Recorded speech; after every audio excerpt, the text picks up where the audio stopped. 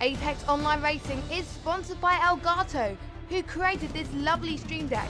For more information about the Stream Deck, the link is in the description below.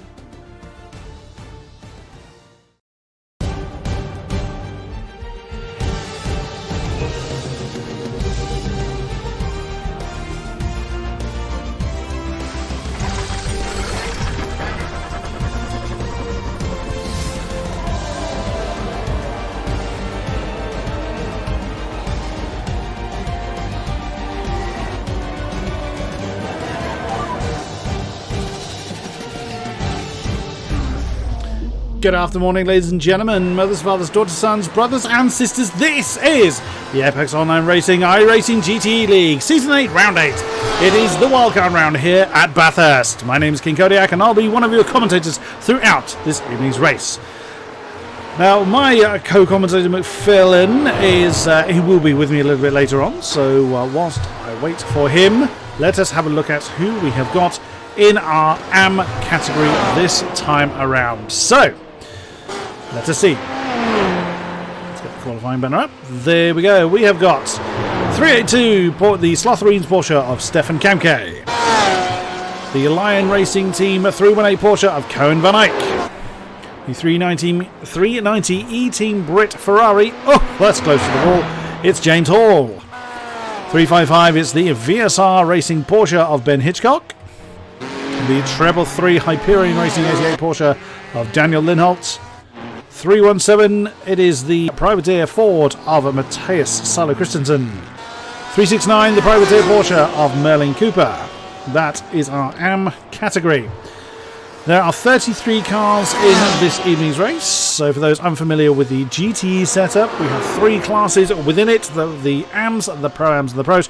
You can see the names on the left are denoted by the coloured flashes. The blues are the AMs, the greens are the Pro-Ams, and the reds are the Pros.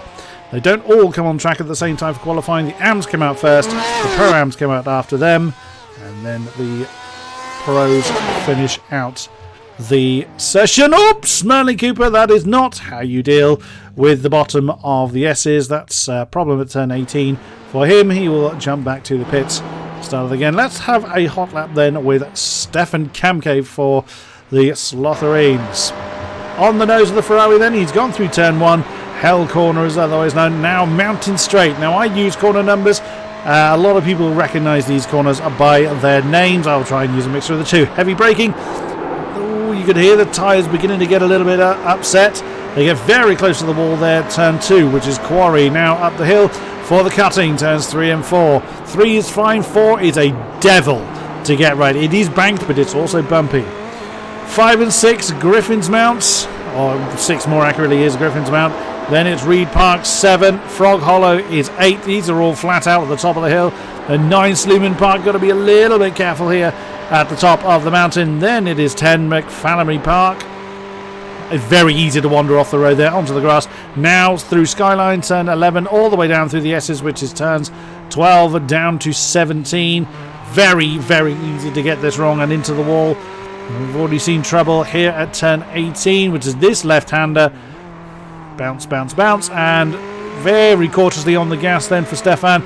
Through Forest Elbow, turn 19. This is flat out, near non-existent left-hander. And then it is Conrod straight. Expect a lot of slipstreaming and fighting going on here. Over the crest into the chase. This 3-corner setup here. Turns 20, 21 and 22. Flat out through the first right-hander. Then very heavy on the brakes for 21. The middle of the chase catches that apex. Those apexes are pretty steep, so they've got to be careful with those. Down the straight then towards the final turn, Murray's corner, turn 23, and we'll see what Stefan can get on the board. He's a little bit off the apex there, but nothing too bad. And that is a 1:59.6 for Camke, the first time lap on the board for the AM category. I knew there was something hot pursuit. Daniel Lindholt. I love the colour scheme of the Hyperion 88 Porsche. I just remember to do something. There we go. James Hall has got a time on the board. Oh no, that's not how you do turn one. Little bit too aggressive coming into that. And yep, that's hit the ball. It's hasn't got a lot of time. It's a big track here. It's a 2-minute lap time or just under. Does not give them time to recover from mistakes like that. He won't have time, I don't think, to come out and do anything about it. There's Karen Van Eyck on his way down the mountain through the S's. They do catch air or they get very, very light at some of these crests. They are very, very sharp.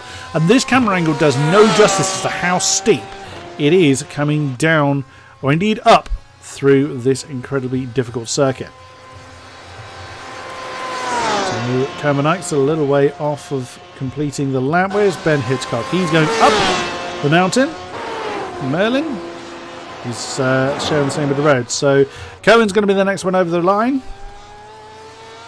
Through the chase he comes. The Lion Racing Team 318 down to Murray's Corner. And again, because that's a little bit of a downhill braking zone into that last turn, it is very easy to throw that off the road. And what does Cohen get on the board? It is a 2:04.4. That's going to put him... Oh no, it was invalid. So no, that one doesn't count. But he's got time to do something about it. They have until the timer reaches 16 minutes before the Pro-Ams will be released. Now the AMs can complete any laps that they're on. Same as the Pro-Ams when it's the end of their time. So each class has 8 minutes. As mentioned, we start with the Pro-Ams. And Daniel Lindholt improves on his time again. He's run another couple of tenths. A 59.2 for the Hyperion Racing 88. They usually have a few more AMs than this, but the wildcard round does tend to have a little bit of a lower attendance than the standard races. Oh, that sounded like someone was... a little bit enthusiastic through turn 2, which is where the camera's positioned over. Well, James Hall is not... He hasn't come out. He did have time, I would have thought, to try and improve on his 2-minute flat, but he's opted not to. That looks like Matteo Sala Christensen. It is indeed. He's not going to be able to get out in time. They only have a minute 15 to start their hot laps, and if you're in the pits, you are not going to get anywhere near the checkered flag by that stage. Lindholt still holding the top of the tree. Only 3 tenths behind is the Slotherines Ferrari. Bearing in mind it's a 2-minute lap. An exceedingly difficult circuit is Bathurst. And only 3 tenths separating the top two. Very nicely done. Now the season calendar is decided completely in advance, so every driver knows what the tracks are. But of course the tracks that that we use in our leagues mimics what is used in iRacing on a week-to-week basis as far as their practice tracks are concerned. So we mimic their calendar except for the wildcard round. That is the one exception. So this is the one that tends to generate some interesting moments. It was Phillip Island last season, and we've had Phillip Island as a standard track in this season, and that once again generated some amazing moments. The Pro-Ams are starting to get fidgety. The Pro-Ams are underway. And just realised the Pro-Ams were released a little bit early, I thought, but never mind, the Pro-Ams are on circuit. So let's have a run through of who we've got. That's an AM that John Halliwell is chasing. Lindholt managed to get a 158.9 on the board. There you can see another couple of the Pro-Ams getting underway. There is Cam K. He surely has done his last lap, but he's pressing on nonetheless. Well, he's probably on a hot lap at the moment, so he is allowed to finish it. He looks like he's pulling over. His day is done. Merlin Cooper did get a time on the board and has parked it quite nicely on the exit of turn 1 with 59.888 for Cooper. Let's have a look at our Pro-Ams then. 203, the Venom Motorsport Ferrari of John Halliwell. 200, the AOR Hime Ford of Sarah Dove. 295, the Hyperion Racing Porsche of Ranu Luke. 226, the Team Tepper Ram Racing BMW of Arjen van Putten. 296 is the diesel race team Ferrari of Martin Kodeman. 241 is the Lion Racing team Porsche. Well, that looks a little bit committed. Of Marvin Sluman. Now, Craig Dancy has changed class, so he is indeed in the Pro-Am, even though he's got a blue flash next to his name. He is actually in the Pro-Am category. That's why he's come out now. The 254 Privateer Racing Windows 98 liveried Ford. There's Craig Dancy. There is the VEC Sim Racing Cyan Ferrari 274 of Sebastian Ruthmuller. 257 is the VEC Sim Racing Rouge Ferrari of Alexander Godefroy. 267 the VEC Sim Racing Cyan Ferrari of Philippe Gaillard. 204 is the Hyperion Racing 88 Porsche of Victor Matias. 264 the Hyperion Racing X Porsche of Daniel Nesterovich. 222 the AOR Yellow BMW of Evan Imre. And finally the 262 Sim Racing Channel the SRC Ferrari of Roberto Edouard. There is someone I'm sure we are missing in that. Paolo Martins is in the session, although not on track in the Phoenix Motorsports 299. I thought we'd missed someone. May have a grinning Porsche of Chris Yardley. He didn't come out during the qualifying session. Very strange. Even my youngest likes the the big grin rather on the front of the Porsche.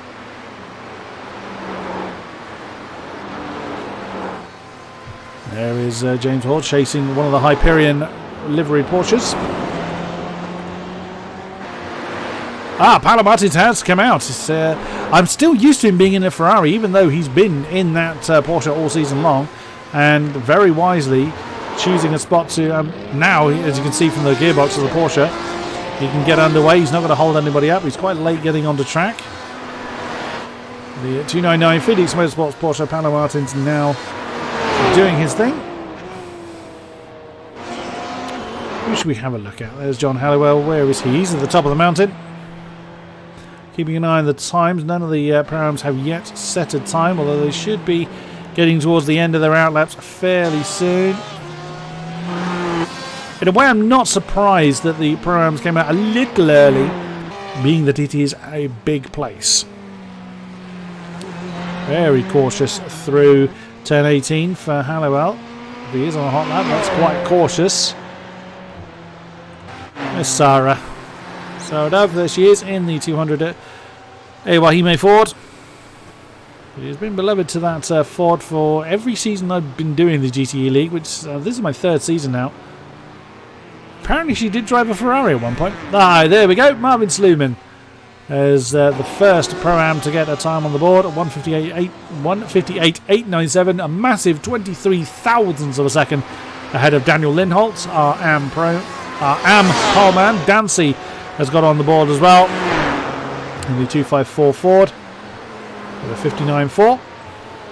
Victor Matias has slotted into fourth position with a 59.4. Just half a tenth behind Dancy. Never mind, Renault Luke. Also for Hyperion has got onto the board. Third position overall.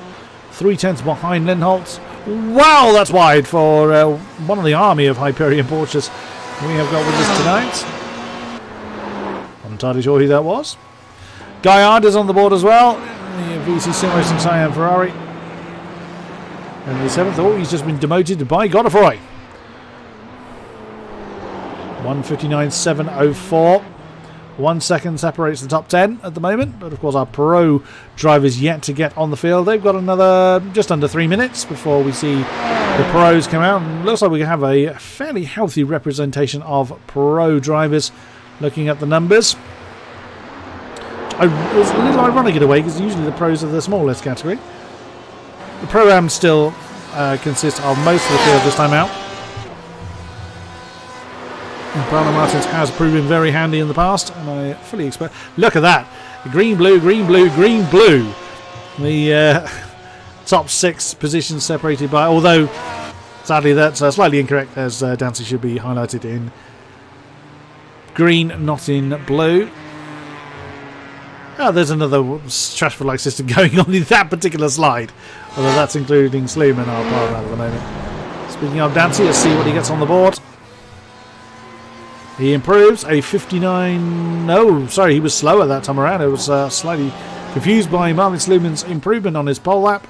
A 59.704. He's found a couple of tenths of a second that time around. Where is... Oh, no, not Merlin Cooper, beg your pardon. He can't do anything else. Saradov gets the time on the board, 59.9. Not bad at all. Matthias also crossed the line with a 59.2. He is 22 thousandths behind Renault Luke in third in class at the moment. Oh, that was Nestero, which has invalidated his lap. He remains on 2 minutes, 0.6. Oops! And I wonder whether it was Nestero, which we saw going wide at that first turn earlier on. He is not going to have time to do anything about it. Back to the pits for him. There's Paolo Martins, 2:01.4. It's fair to say he will find a fair chunk of time. But interesting, he's got no one to slipstream off of, and down the Conrad, down Conrad Straight as well, but down the mountain straight, he really could do with the slipstream. So I'm fully imagining this to be a sort of slipstream-esque race, but those barriers are waiting with open arms. I suspect that that is going to be quite a big issue for our drivers. We will see. Matthias is in the pits. He will do no more. Oh, we should start seeing our pros get a little bit fidgety. And there we go. If we go to the chopper cam. Yeah, there we go. The pros are now lining up at the end of the pit lane, ready to set the world alight. Oops! Martins has got the top of the S's completely wrong. He's pressing on in practice, if nothing else. Rana Luke has just parked it. He's back into the pits. He can do no more. He had binned it somewhere. And Sluman has improved on his lap again, a 59.5 this time around. And now the pros are going. That was one of the VT Ferraris flying through the shots. That's Gaillard bringing his car in. Godefroy is coming through turn 19. Onto the Conrad Straight. Saradov has binned it just before the line as well. So no improvement for her. She will start no higher than 10th position. Gaillard has brought his car in. We saw that earlier. What does Godefroy get onto the board? Well, just see the end of the Pro-Am laps before we have a look at who is representing our pro contingent. Currently 6th position, 4th overall, I think it is, or 5th overall, sorry, for Godefroy. What can he do? Can he improve on 158? 159.3, yes he can. He jumps up to 2nd with a 58.711. Excellent effort there for Alexander Godefroy. Evan's still out there. He's coming down to the chase. We do still have a couple of Pro-Ams still out there. We'll go through our pros once we see Evan come to the end of his lap. Through the final turn. 2 minutes, 0.7 was his previous time, 1:59.9. His time there, 12th. That puts him... John Halliwell's still going, and he sets a time of 1:58.6. Nicely done. Sorry, 1:58.56. 13 thousandths off the top spot. Wow. Close at the top of the tree. Let's have a look at our pros then. Number 112 is the privateer Porsche of Isaac Yayen. The treble one Comradicals BMW of Alex Bennett. The 137 Comrade Gaming Porsche of Dominic Gaidemer.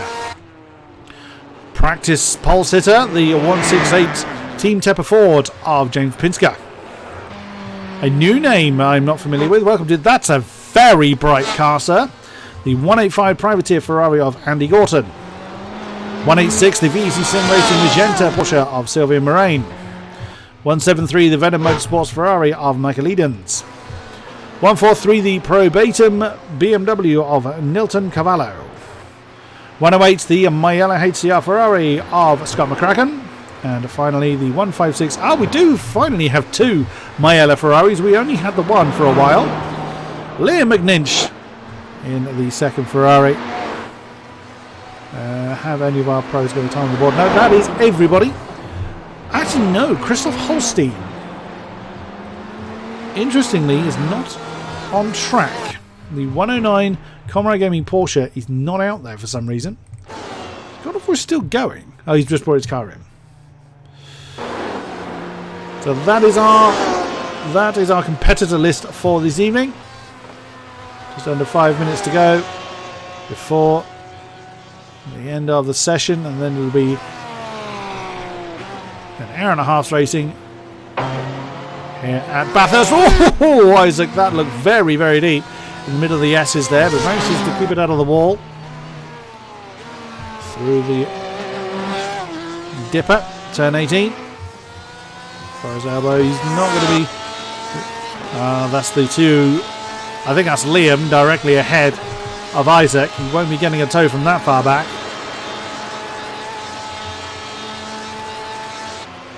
But the slipstream is going to be very, very effective here. Or I am expecting it to be. Down through the gears and through the chase. For the Red Bull liveried Isaac Yayan and Alex Bennett in the Comradicals BMW. Jumps to the top with a 1:58.454. Wow, it is very, very close at the top of the tree. Isaac gets a 1:59.775. That puts him 13th overall.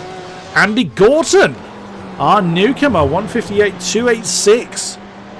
Just over 1.5 tenths ahead of Bennett. Well, well, well. I can't get over just how bright that colour scheme is. It's very, is it the Brazilian flag on the roof? It certainly is. Dominic Gaydemeyer showing up then for in the 137 Comrade Gaming Porsche. Nicely done, sir. Now there are a few penalties on the board. That might be why we haven't seen some people come out and set a time as mentioned. And Holstein, there he is. In the other Comrade Gaming Porsche, he's got time to get his outlap done and then get his hot lap underway. Pinsken last time around, although invalid, did do a 58.479. That would have put him 4th. But he has invalidated that somewhere, which is... There's not many places you can do that. Well, there's certainly places you can hit the wall, but that car looks in its original condition. So I would imagine then that he has overcooked that in the well, either in the chase or at turn 1. It's pretty much the only places you can go off track. We'll see what Mr. Pinsker is able to do. We'll talk about the championship positions. Oh, Andy has spun. Andy Gorton. Or he's just on a lap. No, he spun that. We didn't see what happened to him. Just saw that he had come to rest. And he can do no more. Let's see what James gets on the board. In the 168 Ford. Oops! That'll be Alex Bennett. Getting out of the way. And that for Pinsker is a 1:58.139. That slots him into 2nd position behind Dominic Gaydemeyer. Nicely done. Oh, that's going to give Alex Bennett a lovely big tow all the way along. Mountain straight towards the quarry. Or turn 2. But then he's got to chase that Ford up and through the mountain. I wonder how much of an advantage that really gives, being that close to another car. I do wonder. Certainly not ideal in the twisty bits. McNinch has jumped up to 7th. That's the Mayada Ferrari we saw in the background. He's in 7th, 1:58.664. A decent time there. That's only half a second off the top spot. That's Holstein, just about to cross the line. That's his outlap. Apparently it took 24 hours to do it. 24 minutes, beg your pardon. I know Bathurst is big, but it ain't that big. So now he's on his hot lap, and that's his teammate Gaydemeyer ahead of him. Too far ahead to gain this, to give his teammate a slipstream. Alex Bennett has binned it, as has Pinsker. So I wonder, did they come together? I wonder. Well, there was Pinsker. Oh, he got the top of Skyline all wrong. And I bet you Alex was a little bit put off by it. Which I can totally understand. It is so easy to get that section wrong. It's so easy actually to get any section wrong of Bathurst, quite frankly. Through the top of the mountain then. Now towards 9 and 10 for Christoph Holstein.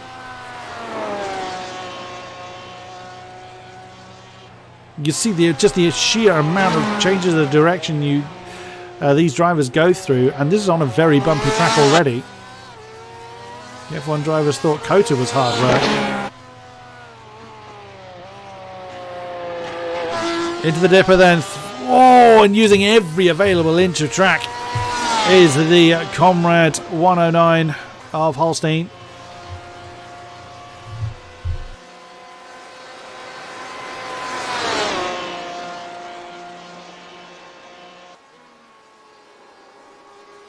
Oh, excuse me, I had to sneeze there. Wow, Isaac JN all the way down. I've just seen that on the overlay there in 18th position, so he wasn't able to improve on that 159.7 he did earlier on. Only the Comrade Gaming pair they're the only two cars on track at the moment. Oh no! In the final corner! All went wrong for Holstein, and out of blind frustration throws that one into the wall, and I'm not surprised. But Gatorman got a 57 on the board, the only person to do so. Excellent effort there. We've got another 2 minutes of qualifying, but no one's out there on track. So, oh, what a shame for Holstein, because he had done so well. It was that final turn, and I know any time I've driven at this particular track, I've binned many a lap at that very point. So let's have a look at how our grid stacks up then. It is Gatormare and Pinsker on the front row, but nearly 0.4 of a second. We don't really see gaps like that in the GTE League at all. I grant you it was a bigger track, but that was a cracking lap from Dominic Gatormare in the closing stages with that 157.742, the only person to break into the 57s. So it is then Gorton, Bennett, Eden, Sluman are Pro-Am pole, only 0.8 behind the top spot. Halliwell, McNinch, Godefroy, Lindholt. And look how close the AM leader is from the rest of the field. Absolutely brilliant stuff. McCracken, Moraine, Guyard, Luke, Matios, Dancy, Kamke, Yayan, Cooper, Dove, Kodeman, Imre, Edouard, Cavallo, Van Putten, Van Eyck, Hall, Nesterowicz, Martins. Those that didn't get a time on the board were Holstein, Riethmüller, Hitchcock, Yardley and Christensen. Like I said earlier, there are some penalties that our drivers have to deal with, or some of our drivers have to deal with, I should say. Whilst we wait for the clock to tick down, there's a confirmation on who has changed class since the last race. Craig Dancy moving up, as well as Alex Schmidt, Alex not with us this evening, up into the Pro-Am category. Right, let's have a look at our championships then. Team Championship looked like so. Comrade Gaming narrowly ahead of Hyperion, who are narrowly ahead of Comradicals, who are narrowly ahead of Hyperion. Very, very, very close in the top four. A little bit further down is Lion, and then another 3 points back is Venom. Team Tapper taking that 7th spot. Visceral, or two of the VSR squads rounding out the top 9 there, but that's less than 100 points top to bottom. Sounds a lot, but in the Team Championship, it really isn't at all. In the AM class, it's again a very, very close story there. Lindholt and Yardley very close together, just a single point separating them. And Dancy just a few more points back. And Hitchcock, Van Eyck, Brenneman, who's not with us sadly this time. Kamke, Jürgen Kleiber's not here today. And Mr. Smith at the bottom, also not with us this evening. In the Pro-Ams, again, a very similar story. Very, very close together. Victor Matios leads Godefroy by just 5 points. And Sluman, Van Putten, again, there's 8 and 9 from that top spot. There's Raneluk and Halliwell, only 2 points apart. Suominen is not with us this evening. Sanders and Withrow certainly not with us either, so it could be a bit of a change-up in the Pro-Am field.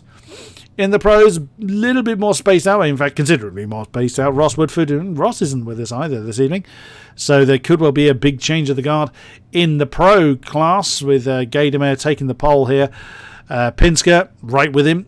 Oliver not with us this time. Canoe Martinson isn't with us. Van Dorn's not with us. Sasulski, I believe, left the league a little while ago. Bennett is with us. And Falls, I think, got the win last time. Oh, he did very well last week.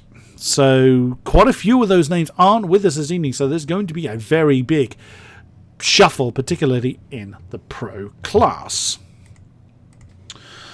Okay, so at the moment we are in what's referred to as the gridding phase. So any opportunity, any changes that our drivers can make, now's the time to kind of review it, think about what they're going to do.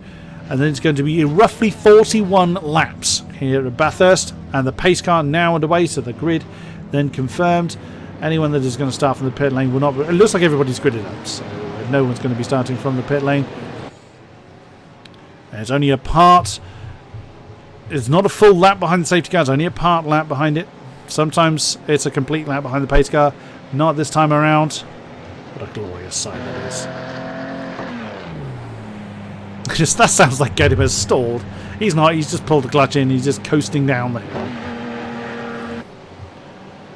Well, the pace car will pull in, there he goes. Magically the pace car doesn't kill the cones. And it'll be up to Gadimer to floor it when he sees fit. It's going to be some point now, around about now. There he goes. We are racing here at Bathurst. Let's see how well our competitors do as they stream into that first turn. 1 hour 20 minutes of racing. Let's see how well our guys do. Into turn 1. Let's keep an eye further back, see if anybody's going to go flying off the road. So far so good. It looks pretty safe. But look who's right behind Gadimer. It's Andy Gorton. Great start for him as we get the proper overlay back on. An excellent start then for the privateer Ferrari, right on the back of Gadimer. Pinsker in third. He's got a tiny bit of breathing space between himself and Alex Bennett. Let's keep an eye further back. Does anybody have a bit of a moment coming into the quarry? No, looks like everybody's made it through. Very nicely done. Everybody's kind of taken into consideration you can only ever lose the race in the opening lap. It's very easy for me to say from the commentary box. It's a very different matter when you are in the heat of the moment. Adrenaline running high. Heartbeat is up. Oh, have we lost Holstein or has he lagged? Have we lost Christoph Holstein already? We could well have lost the 109 Comrade Gaming Porsche. If we have, it's a connection problem as he's just disappeared. That would be a huge shame. He has had some technical trouble as Holstein. And it does look like we have lost him. Our first victim before we even get to the end of the first lap.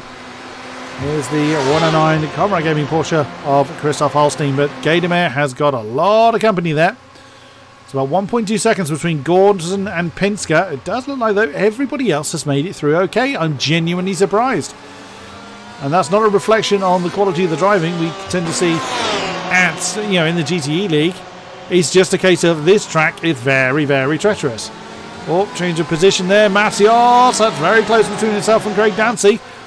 And that's Isaac Yayen trying to make a move as they come down to that final turn. You can hear everybody blasting past the camera. And look at the 112. Oh, as he managed to keep it on the road. I don't think he quite got away with that as Dancy has gone back ahead of him. And here comes Merlin Cooper on the outside. Oh, trouble! Ben Hitchcock! That's a spin in the final turn, I think. Yeah, too many beans. I've made that same mistake. He's headbutted the wall. He's still stationary. Oh, no, he's moving now. Ben Hitchcock, that's put him miles off the back of the field. Oh, what a great shame for him. Sarah Dav in a lot of trouble there. That's Evan Imre.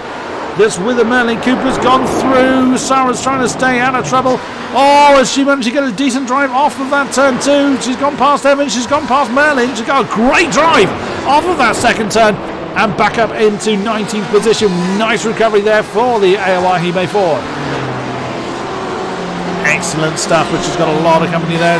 Pretty much the rest of the field all streaming behind her. It does look like everybody else so far has made it through okay. Very few incidents on the board. Normally we've got a few fours by now, but no, we only have a few ones.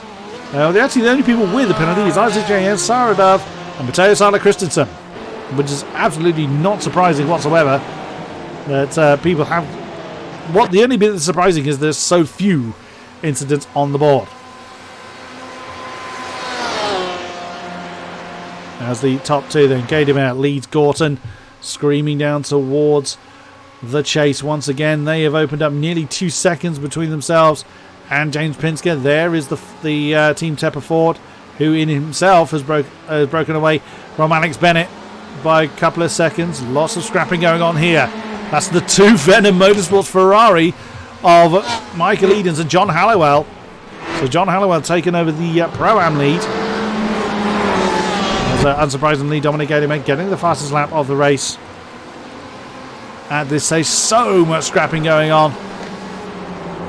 Who's our AM leader? Our AM leader is Daniel Lindholt. He's in 11th. He started around about there, so a decent effort for him. And look at this pack. This is where the slipstream is going to become necessary, let alone advantageous. Oh, I thought someone had flown off the road there. That was just the way the camera was looking over that crest towards turn 1. And again, trying to keep an eye on, trying to keep an eye everywhere, as they invariably do. And the lead battle continuing as it has been. Alex Bennett with a fair amount of company there from Edens, Halliwell, Sluman, McNinch, Godefroy, McCracken, Lindholt, Moraine. Oh, change of position. That's Cavallo. Cavallo's hit something. No, he didn't. He just had a bad run coming through turns 3 and 4. I thought he'd actually clunked the wall, but he hadn't at all. That's the Probatum colour scheme. I thought there were cracks on the window. It's not. It's just the way that the rivets look from a distance. Down through the SS. Oh, look how close he is to Martin Kodeman.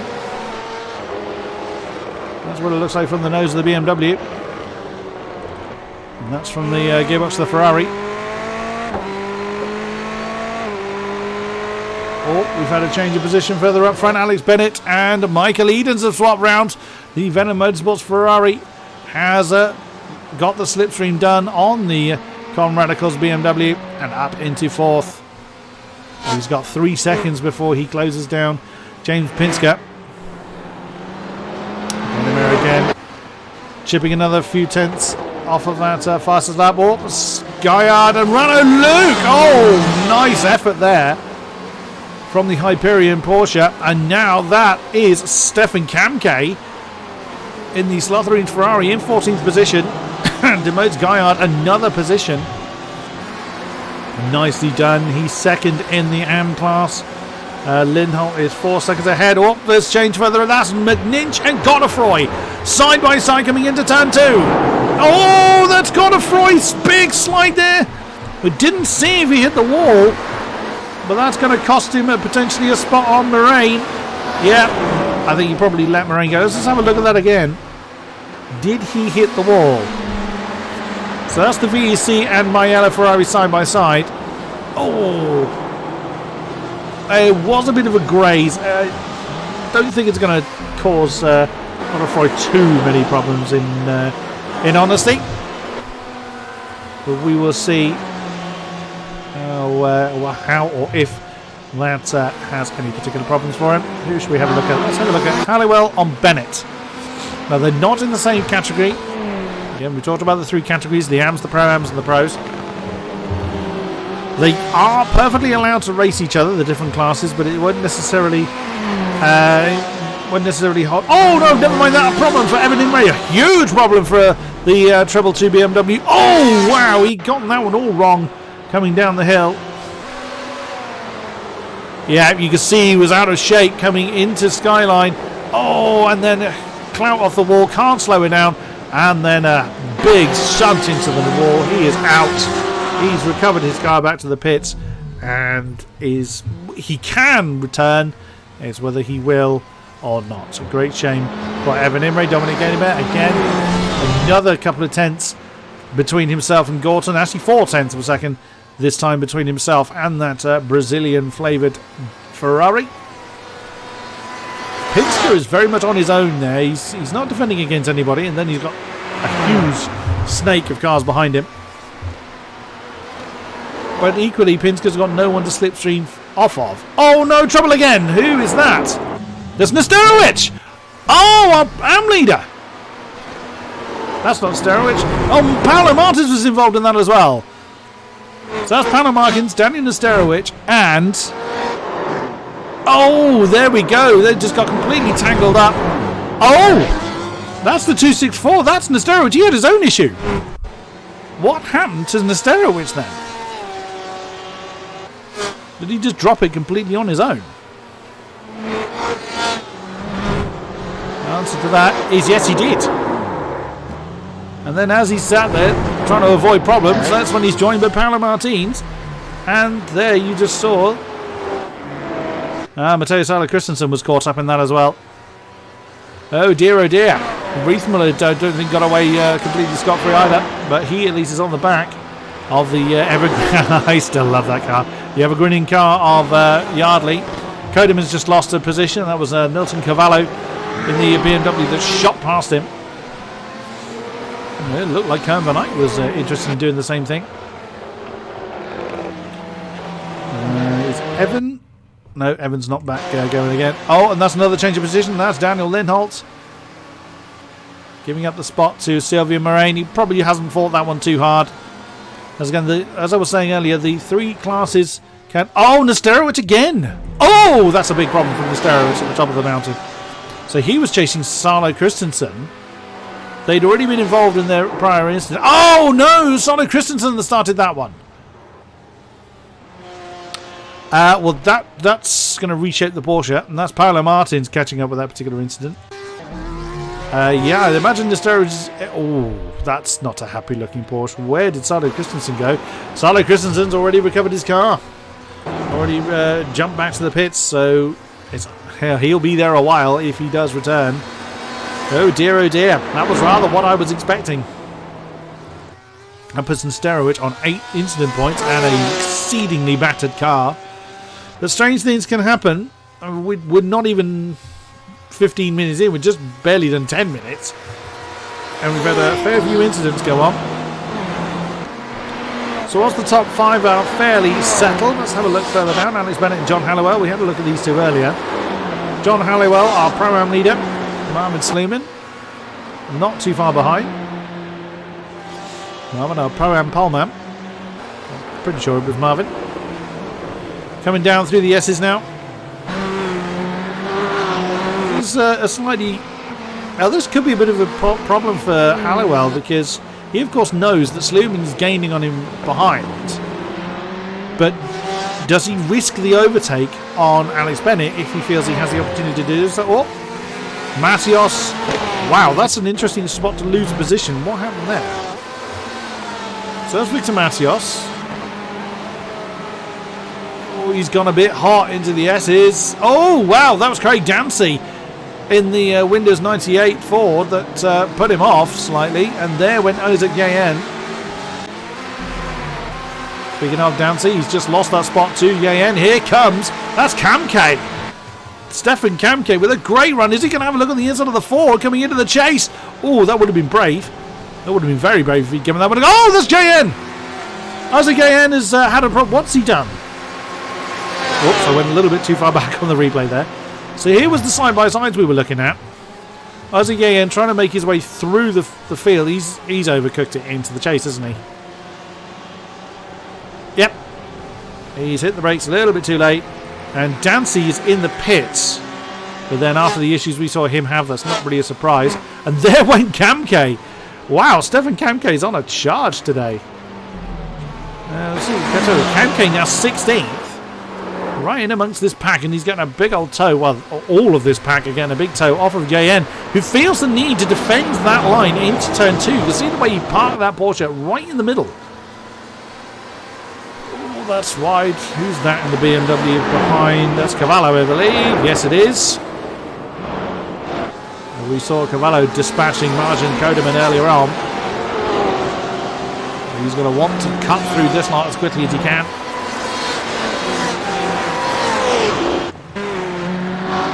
So quickly check in with John Halliwell.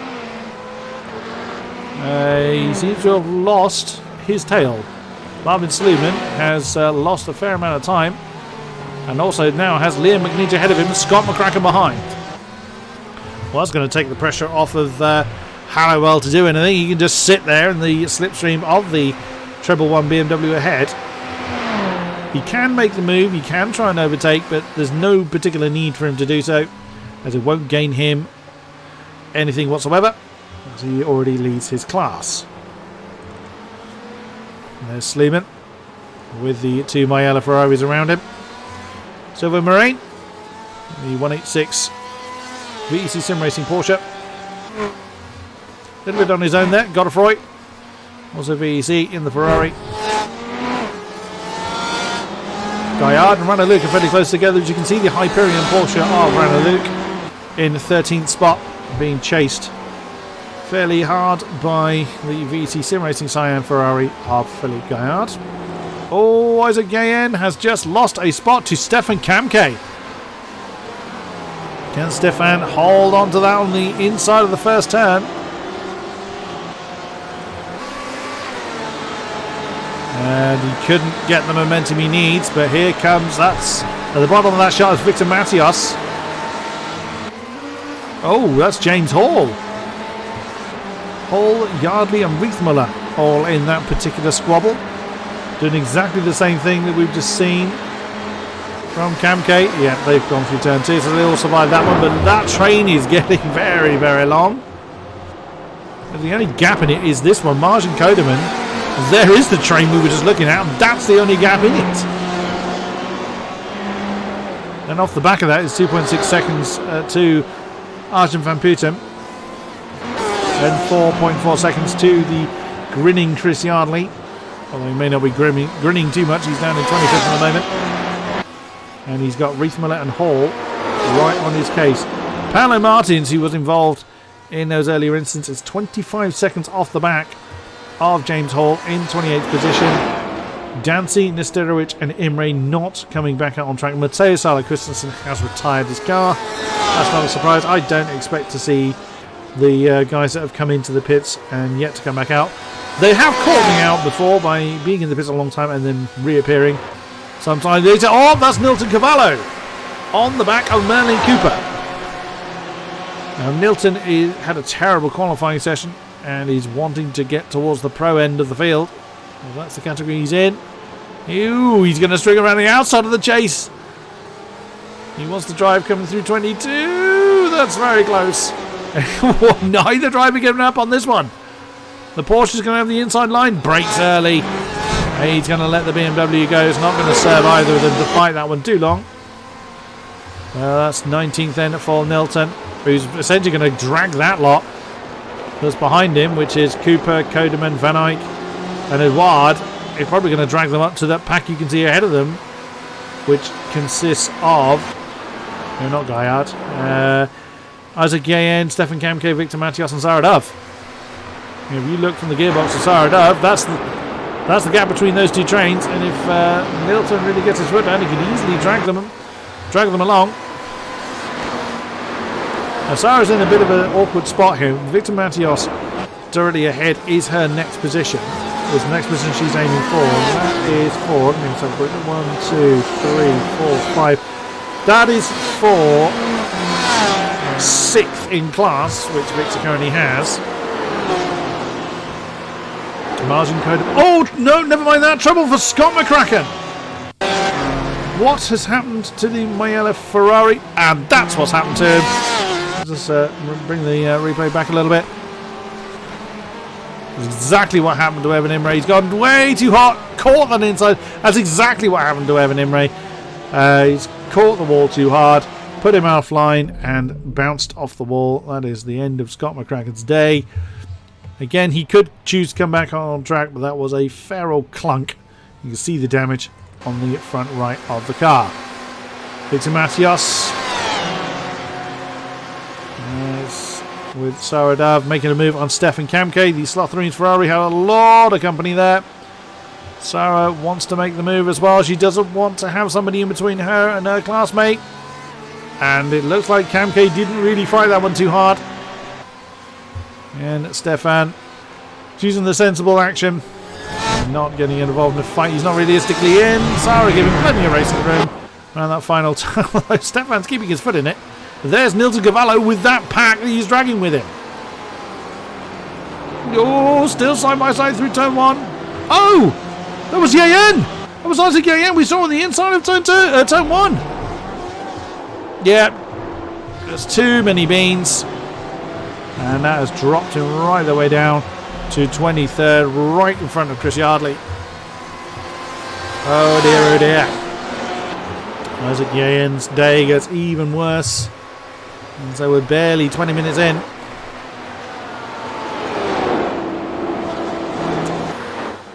So as a reminder, those that are either in the pits or out. Oh, trouble for Sarah Dove.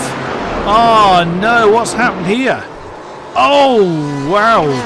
Tail got very lively coming into turn 4. Banged off the wall. And she's dragging her car along the wall there. And that's dropped her all the way down to 21st. That thing will be horrible to steer now. So those who we've either lost or are in the pits are Holstein, Hitchcock, Imrie, Salo Christensen, Nesterowitz, Dancy and McCracken. Down to 27 cars now from our starting 34. At this rate there will definitely be nobody left. And that's another one. That's Nilton Cavallo. That's down at the dipper. What's he done here? Oh, there. The tail just got really loose coming into the braking point. Just touches the little bit of grass up there. Backing us into the wall. That's Roberti Edouard, but just avoids an impact with the BMW. And down to 20th then for the Probatum BMW. Oh, that's Sarah Dove and Arjun van Putten swapping around. Oh, that thing's got so much understeer since Sarah smacked into the wall at turn 2. Oh, Andy Gorton has pretty much destroyed the gap between himself and our race leader Dominic Gademir. What's going on with Isaac Yayen? Oh, that's Sarah Dove in, and Isaac Yayen's followed her. That's why my positions are going a little bit mad. They brought their cars in, and they'll probably be there for an extended period of time, but they should return in about 60 seconds-ish. I'm hazarding a guess. I don't know how much damage was caused to their respective cars. We will see. The lead battle looks set to get a bit lively again. 6 seconds separates Gorton to Pinsker. There is James Pinsker. Absolutely no one anywhere near him in either direction. Now Isaac Yayen has got him going. Oh, Roberti Edouard. Did he have a problem at turn 2? Turn 4 rather. I think he did. It's a little bit difficult to tell from that camera. It's a bit of a chopper. Yeah, he got a big old snap of hose, which is much easier than you think. So Isaac Yayen is back out on track, but Sarah Dove is not. I would imagine it's just extended repairs for her. Oh, Roberti Edouard! Roberti Edouard has had a problem. Oh, yeah. You saw at the beginning of that replay, he just caught. It's that same apex. That's the apex of 13, I think it is. It's there. Nah, I don't think he caught the apex. He was already out. He was already in trouble, and he has recovered his car, and he is out. He has retired his car. There's another one gone. Roberti Edouard, the 262 Ferrari, is out. Oh dear. But that lead battle continues to get very, very close between Gorton and Gademir. Very, very close indeed between these two.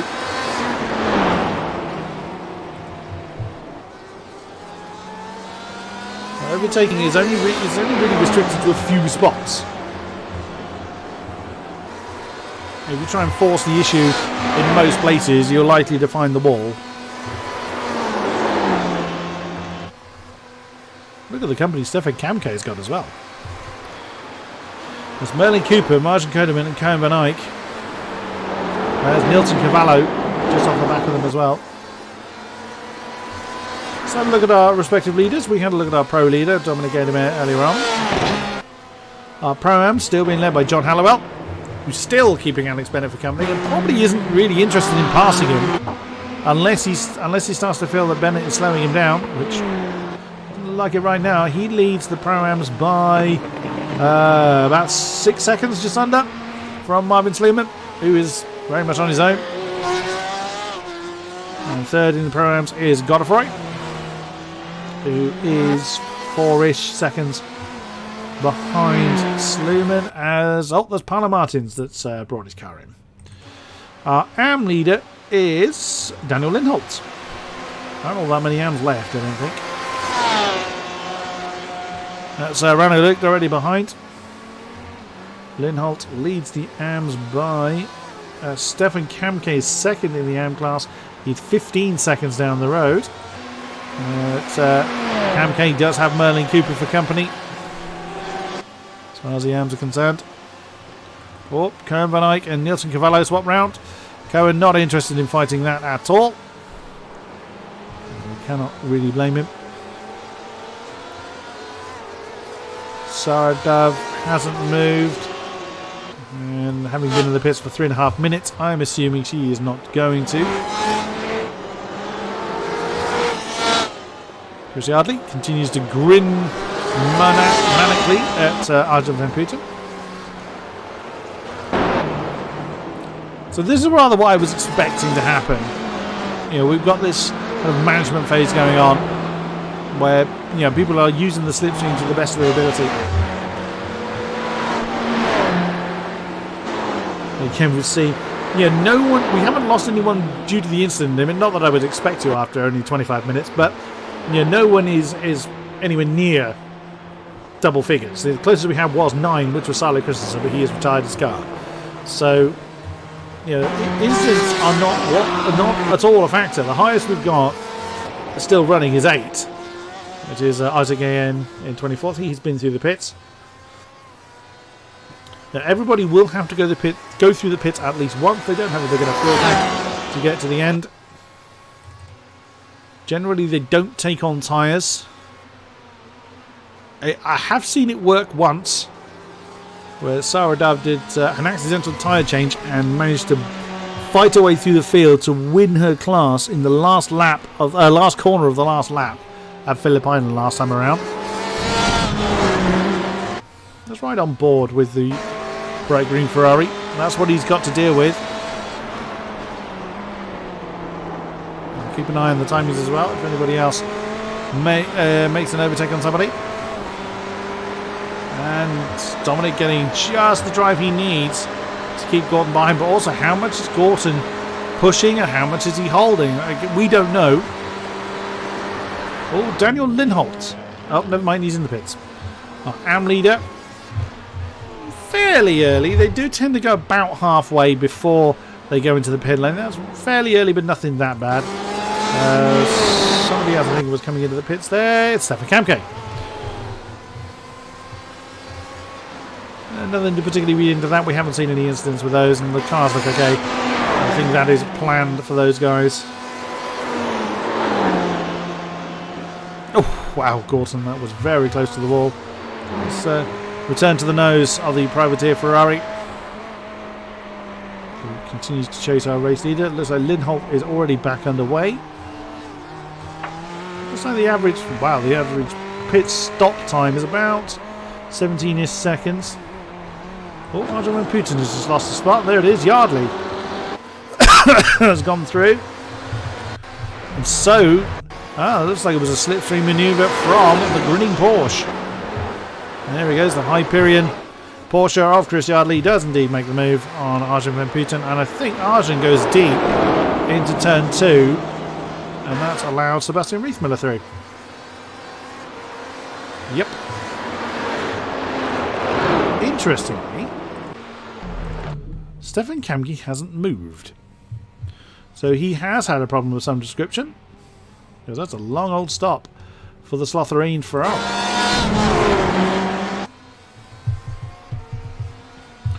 Right on board again. What I'm listening for here is Andy Gorton lifting off? Because you'll see this where, or you'll hear it more often, where you've got someone chasing somebody else, but you hear them lifting off at the point that they're getting very, very close. Now, Gorton's still got 4/10 between himself and the Porsche. There. He bled out of the throttle there. He is not interested in making the move yet. He probably didn't have enough time to make the move stick, but he could have banzaied it on the inside of that first turn. As what we've got here, that's Riethmüller and Yardley swapping around into the chase. Wouldn't be surprised if Yardley didn't really fight that one. Not in the same category. There's Arjen van Putten right behind them.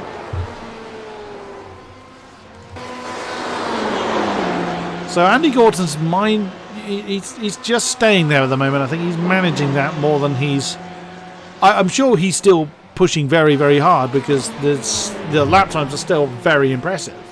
Fastest lap still belongs to Gaidemer with 58.7. The only two people to get into the 58 are the top two, Gaidemer and Gorton.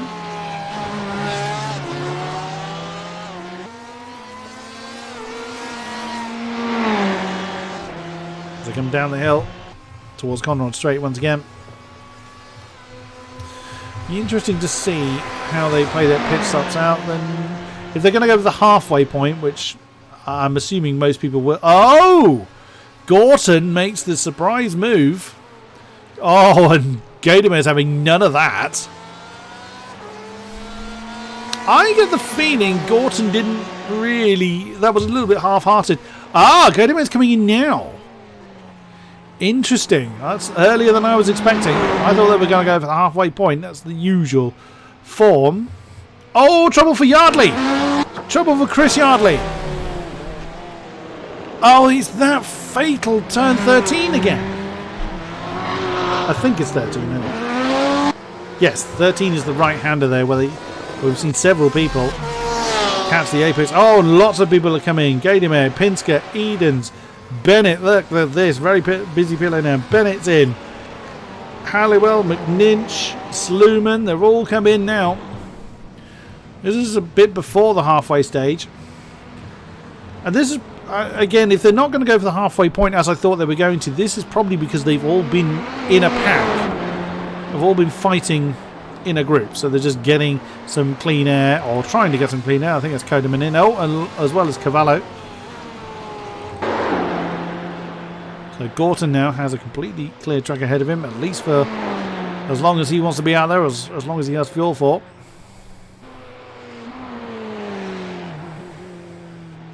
Unless, of course, the fuel usage amount has changed. Because generally they could do half the race fairly comfortably on a single tank of fuel. Of course, GTE cars can go considerably longer than that in real life. That is the setting that we use to force pits. Oh, Hall! Oh no, he was in. I thought he'd stopped on track somewhere. Never mind. That's actually most of the field have come in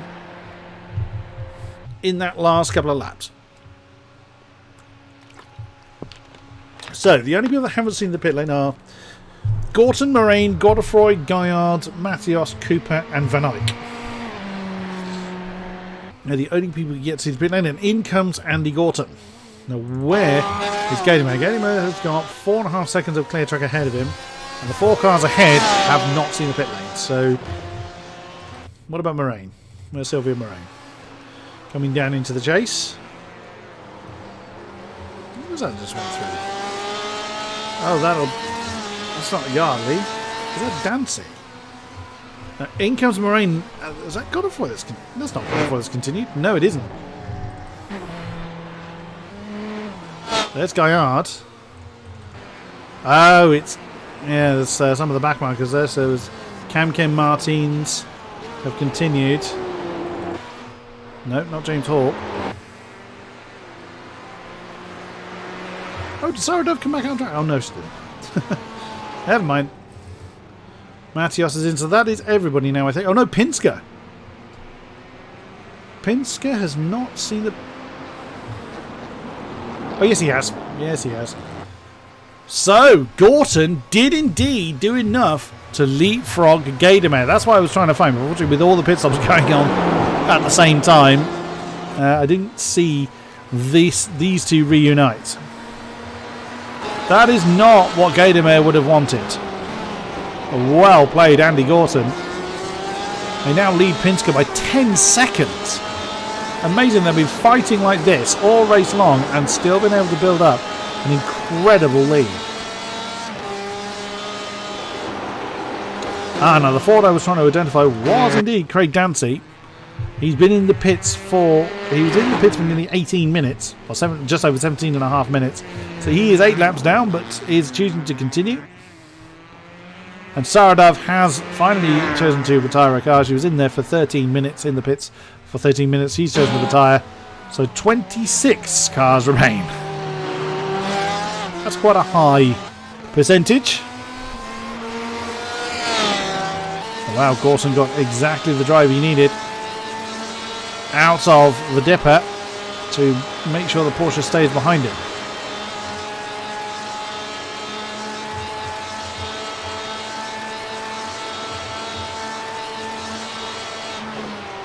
And he's not going to be able to do anything this time.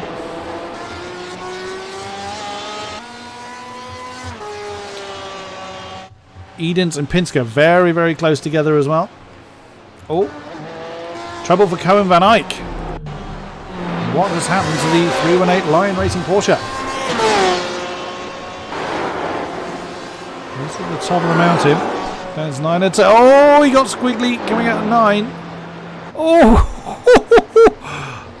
I'm going to look at that again from the chopper cam because that's where it got loose. You lucky boy! You lucky boy! Well played as well, in fairness. That was a lot of skill to keep that from flying into the wall.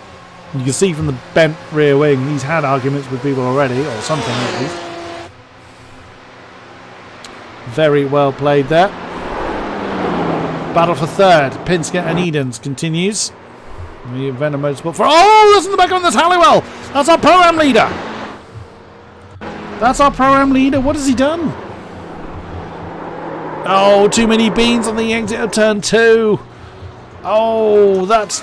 and he's still not been able to recover. Can't see anything from that camera or that one. There we go. Now he's been able to spin round. But he's lost the Pro-Am lead. We've lost Paolo Martins. What happened to Paolo Martins? Can we go back in the replay far enough to see what happened to Paolo Martins? That leaves us with 25 cars. So what's happened to... Oh, yeah, there we go. It's going to be... Yeah. You saw, just as he hit the brakes, coming over the crest, that he was a little bit out of shape. That's got so many people out. 25 cars remain. Less than 44 minutes to go. There's damage on the front right. Yeah, there is. Damage on the front right of Gadamer's car. Not much, but that front right wheel arch is not the correct shape.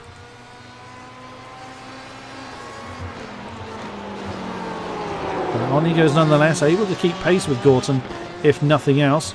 Oh, Godefroy and Moraine are close together.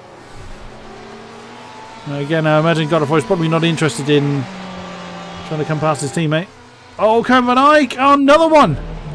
And yet again, it's the same place, 10, 13, 14. Oh, wow, very out of shape. But that car looks a big old handful. That almost looks like complete brake failure for Cohen van Eyck. That's the 318 Porsche gone. Oh my goodness me. 24 cars remain. Oh, change of position. That's Rano Luke and John Hanover. No, Rano Luke and Daniel Lindholtz are swapping around. The two Hyperion Porsches. So, as a reminder of our leaders, since the pit stops, Andy Gorton has taken over the overall race lead. Oh, change of position for Stefan Kemke? No, he's... Unfortunately, after his very long pit stop, he's in there over 1.5 minutes, unfortunately. That's put him down to 23rd. So Gorton leads the pros. Marvin Sluman back in the lead of the Pro-Ams. Leads that by 6 seconds, give or take. Gorton leads Gadamer by about 0.6 of a second and leads Pinsker by nearly 12 seconds. Between the Ford and the top two, as he's keeping Michael Eden's company. As mentioned, Sluman and Godefroy 1 and 2 in the Pro-Ams. Godefroy staying in the tyre tracks of Sylvain Moraine. Third in the Pro-Ams is Rano Luke, but he's got John Halliwell right with him. No, he hasn't, beg your pardon. He's got Daniel Lindholtz right with him, but Daniel's not in the same class. John Halliwell is about 6 seconds behind this pack, and our AM leader is now Merlin Cooper,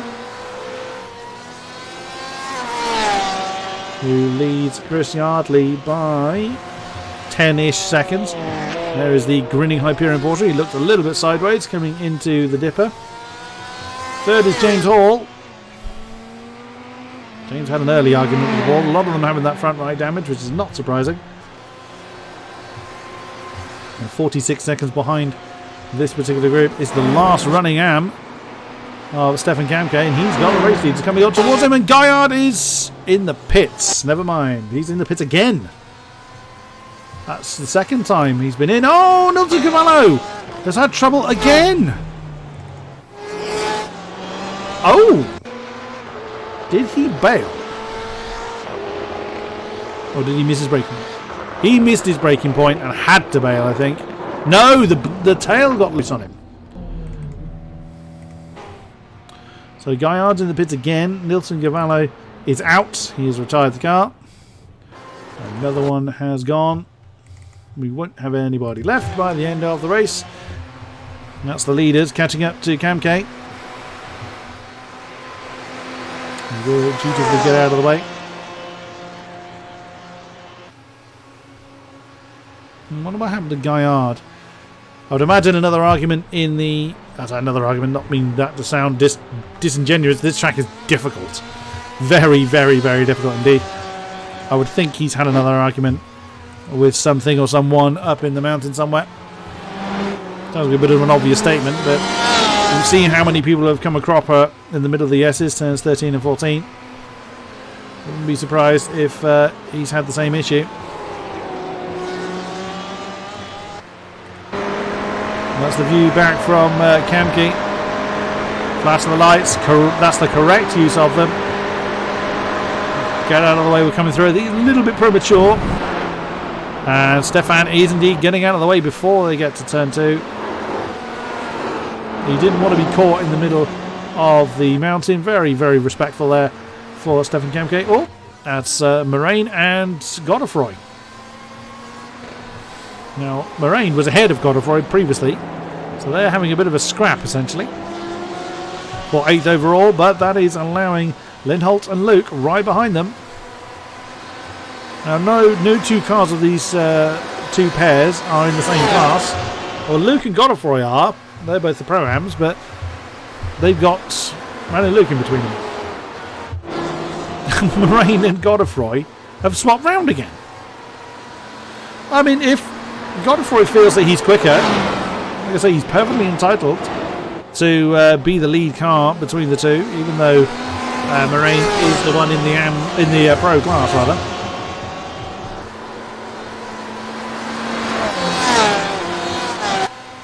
Quite a few people on for the bonus points for 0 incident points. Something worth noting: Mr. Eden's here, currently in 4th. If I've remembered my notes correctly, and from what he informed me of earlier, if he keeps the incident count on 0, this will be the 4th race in a row that he's managed to achieve that, and that is absolutely spectacular. What was that pack we were looking at earlier? There it is.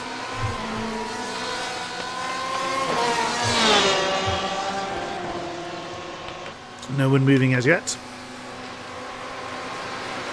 I'm not expecting a lot of movement. Probably for another 20 minutes-ish. Opportunistic move, certainly. But nothing more than that. Seems to be working that way round. Moraine behind Godefroy. They've opened up about 1.5 seconds between themselves and Lindholt. And that's what they need to do. They need to work together to break away from those fighting them. There is Renault Luke. John Hallowell will be right behind him. There he is.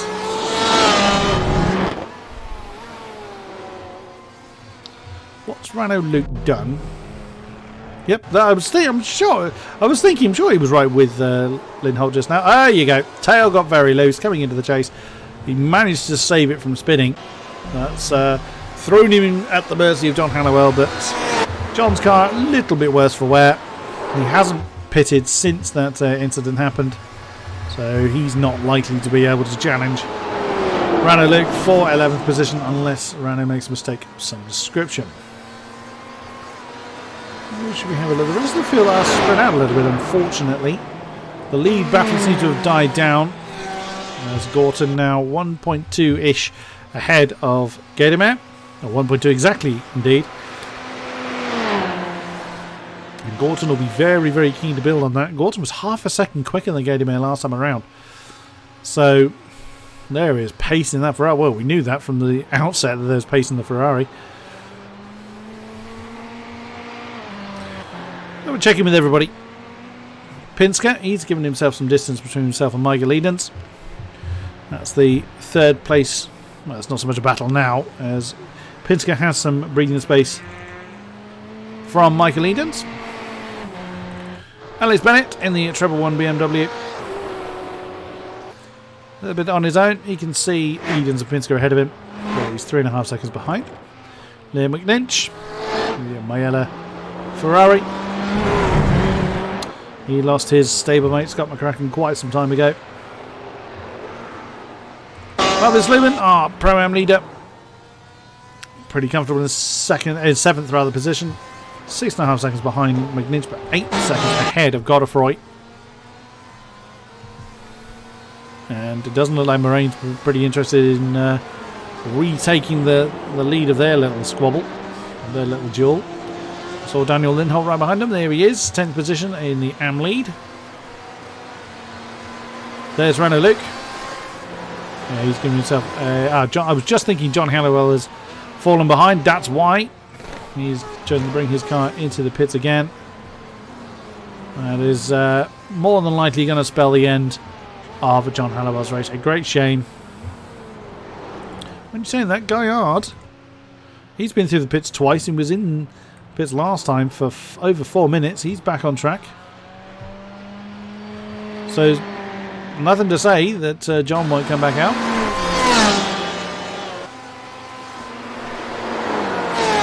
I wonder whether, because we've got quite considerable gaps in between our remaining competitors, now that everybody's been through the pits at least once, I reckon people will start to push now to gain on those ahead of them. There's all well and good trying to leave it to the kind of last pushing stage, but if you're nowhere near the person to charge after, it's not really going to make an awful lot of difference.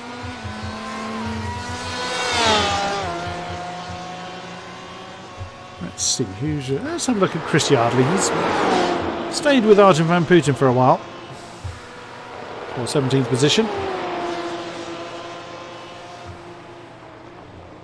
Merlin Cooper is the next and down the road. He is 10 seconds-ish ahead of him. So it's not going to be a class position that Yardley's going to be chasing for. But even still, he's third out of our remaining 5 remaining AM drivers. There is Dancy. Now, Dancy spent a long time in the pits initially. He's been in the pits again for another 3 minutes. He's left in 26th at the moment, even though Paolo Martins has left the session. Cam Van Eyck has been in the pits for the last 10.5 minutes. Nelson Cavallo has left the session. And John Hallowell's in the pits, but he's got another couple of laps, I think. Oh, he's got another lap to gain on Martins. Sorry, another 2 laps to gain on Paolo Martins. He's 10 laps behind the leader. But the car looks clean. The Windows 95 Ford looks pretty good. That damage on Ganymede's car, I think, is really starting to hurt him. He's 2.3 seconds behind Gorton now. But you cannot assume anything at this stage. We've seen how quickly things can change. Oh, that's Yardley and Van Putten have swapped round. That's in the lead of turn 2. Up to, I should say, turn 2. That moves Chris up into 17th position. He's got some time to make up before he has a look at second position in his class. And the Godefroy have remained fairly close together. They're not really, well, they gained a little bit on Marvin Sleeman ahead of them, but and they've got 7.3 seconds to gain. They only gained about 4/10 last time around. Lynch, he's been staring at the back of Alex Bennett for quite a while. Gained about 6/10 last time around, about 1.5 seconds between the... Whoa, wow, that was wide from Alex there. You can see the tyre tracks he left behind. I would imagine that Alex pushing quite hard.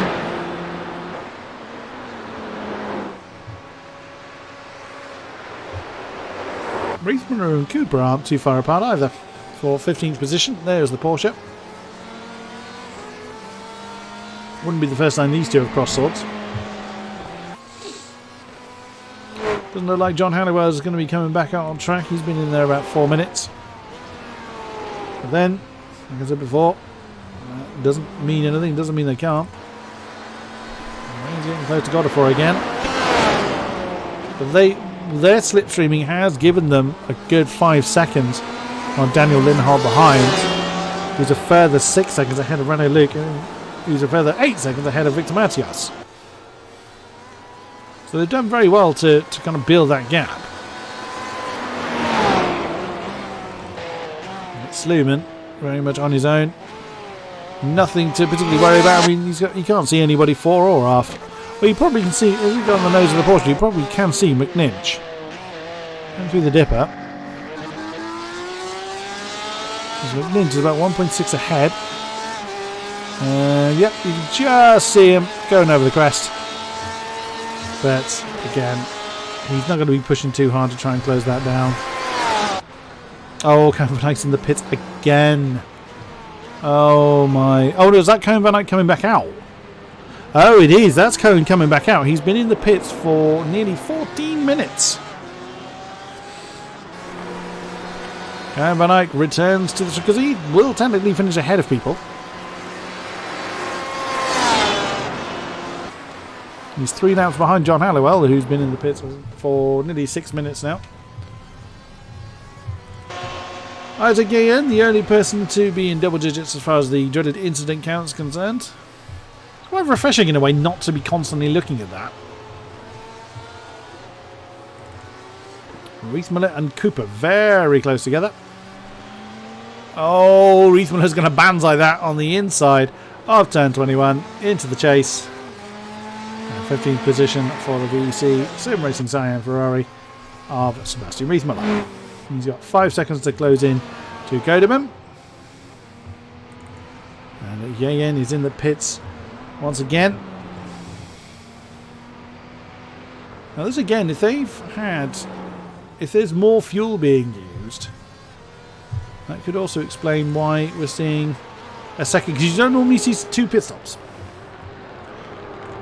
I'm not entirely certain what that ruling is, it being the wild card.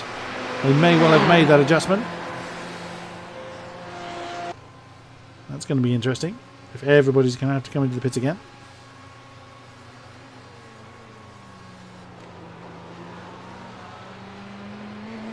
Fine by me. What does our race leader do? No, he's not interested. Get him in? No. Not at all. Let's see if Cooper has a stop. He's up on the jacks. And there he goes. So longer stop this time. Now that could have been for tyres. Timing would be about right. And Craig Dancy has now managed to pass the retired Paolo Martins. Another couple of laps and he'll have Nilton Cavallo as well. That's going to be interesting. Now I'm very curious to see how that will make a difference to our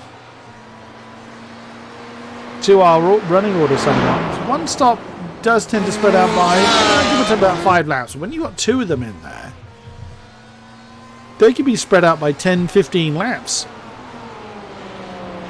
That'll be interesting, especially if people are opting to take new tyres. Which, like I say, is very uncommon. It's certainly not impossible.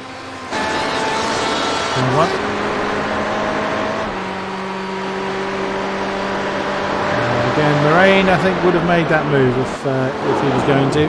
He was certainly close enough.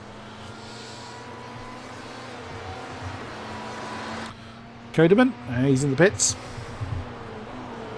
So it looks like 2 stops are going to be the order of the day here at Bathurst. 26 minutes to go.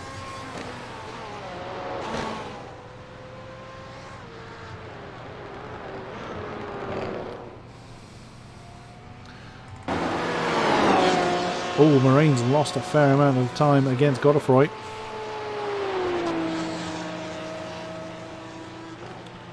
It's going to be interesting to see. Has he made a mistake? I'm assuming he's made a mistake, or suddenly Godefroy has found a lot of pace from somewhere. Godefroy doesn't seem to be slowing down to let him catch up.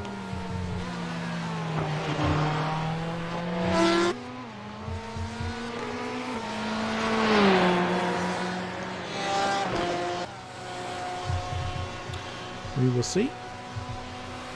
Lynch and Bennett are too far apart. Just over a second between the two. Oh, Renault Luke! What's happened to the 295 Hyperion Porsche? Oh dear. Well, that's after 13-14. That's slightly further down the S's. That's towards the end of the S's. Oh, wow. Big twitch there. He didn't hit the wall too hard, but he did back into the wall at turn 18. Oh dear. Potential damage there. Well, considerable damage you can see to the rear wing in particular of the 295 Porsche. That's Victor Matios already ahead of him. Lindholt's in.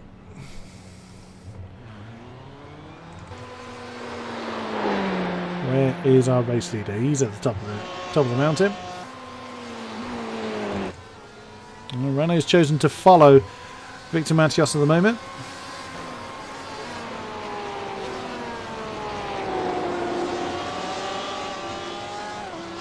I mean, he'll certainly need it if he's got... I mean, he does have damage to the car, but he'll be needing some tow there from Matios.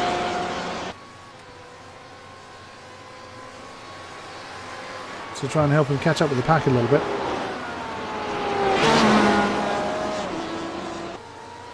Less than 24 minutes to go. Getting close to an hour gone. Lap 28 out of a projected 41. 24 cars remain from our 34 starting lineup. Oh, there's Godefroy! Alexander Godefroy is... Oh my goodness me, a huge incident there between the VEC Sim Racing cars. Oh, exactly the same thing that happened to Renault Luke has just happened to Godefroy, and he's retired the car. Well, he's jumped back to the pits, more accurately. Unfortunately, caught out. I didn't catch up Reithman though. Oh, Alexander Godefroy. What a shame for him. He's been running such a strong race. Well, it could be the end of his run. Oh dear, oh dear, oh dear.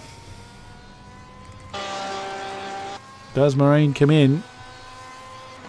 Doesn't look like there was any obvious damage to his car, but I would imagine there was. He did his best to avoid his fellow VEC sim racer, but was not really able to fully avoid him. Well, that's going to drop Godefroy quite some distance back. There in the background. No, that's not Victor Matios. Cooper? Nope. Not sure which car that was. In the background, was it Cam K? No. Well, let's have a look. Let's have a look at Liam McNinch. He's slowly but surely fallen off the back, unfortunately, of Alex Bennett. Well, this will be interesting. Who's that they're catching? It is the... Can't see the numeric plate on the Porsche. No, he can't get out of the way here. Well, he could, but he'd be highly inadvisable.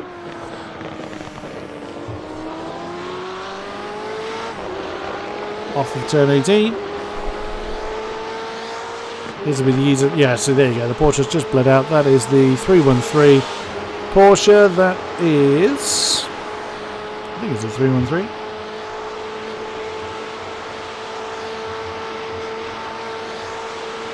I'm entirely certain that wasn't, unless it was 318. It was 318. It was going Benight.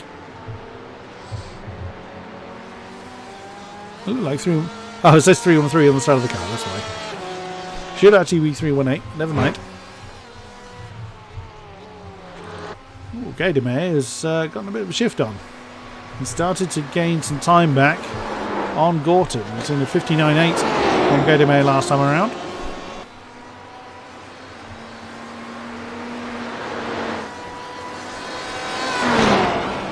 So we might have a battle for the lead in the closing stage of the race, but still some way off that yet.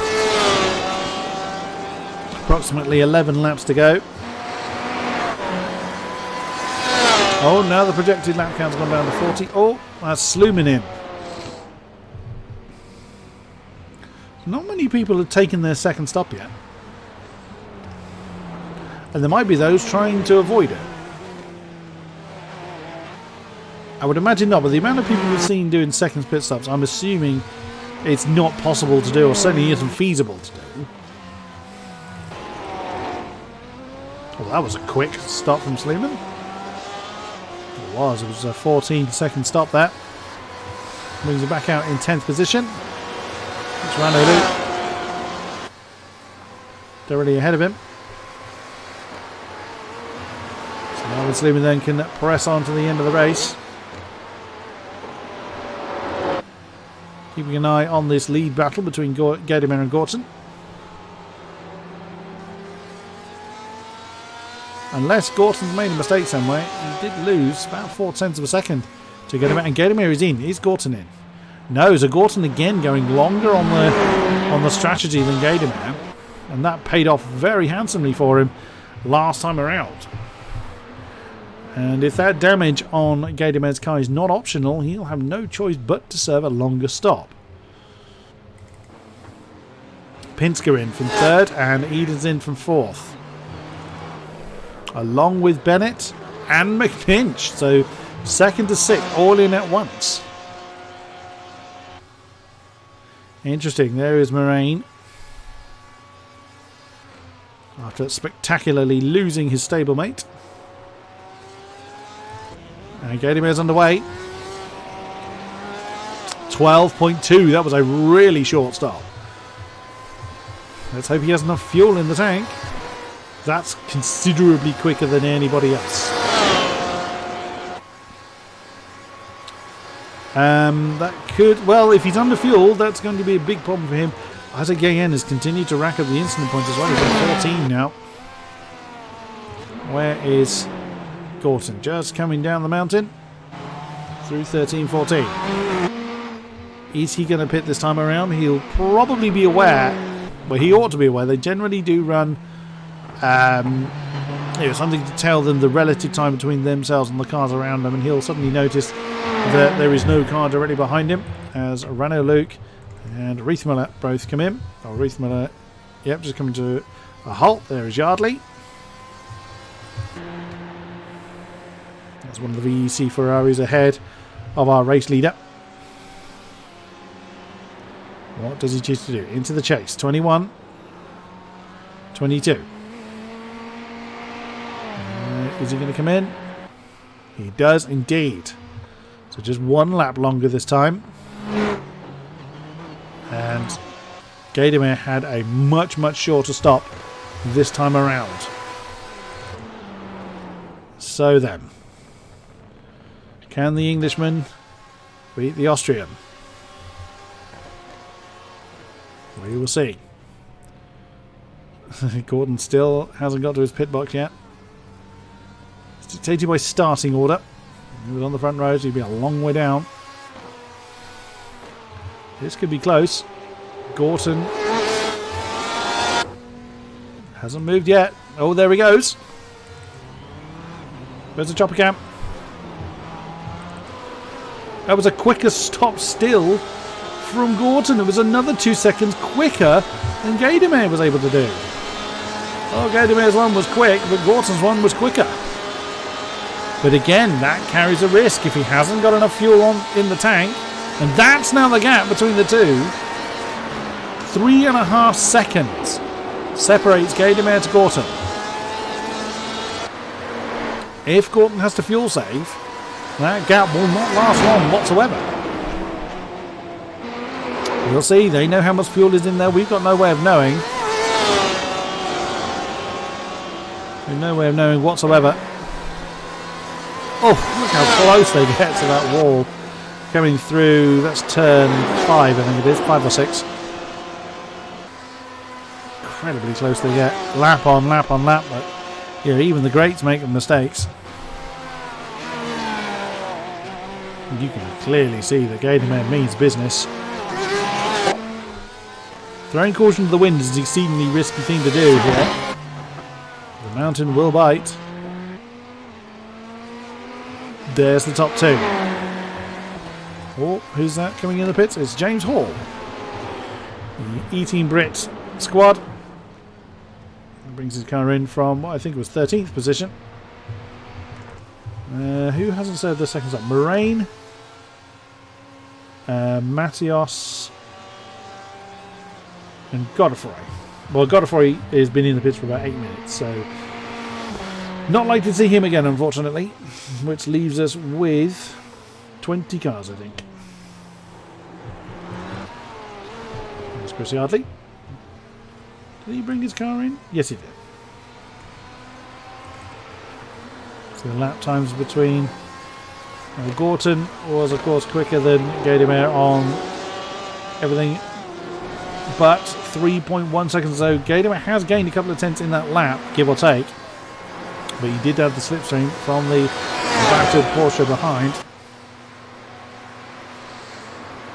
So Gatorman just has to do, within reason, quali laps. Moraine now in. I think Moraine's the last one to come in of the surviving cars to serve their second stop. Or was a long one for Chris Yardley, and that, oh, that's Moraine coming to a stop. Oh, he didn't get his pit box proper. That's Matthias in as well. I thought Matthias had served his second stop, but he hadn't. It sounds like Moraine underway. That was a good one for him. Just 11.2 seconds stationary. And out in 8th position. And that's Sleeman already ahead of him. And there in the background is the AM leader of Daniel Lindholt. Gatorman is charging. He's now 2.8 seconds behind. Oh, and so close to the ball. He is gaining on that Ferrari. It looks like we are going to have a fight for the win before the checker flag falls.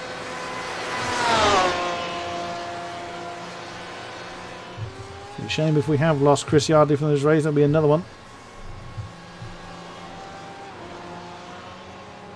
Just 21 cars remain.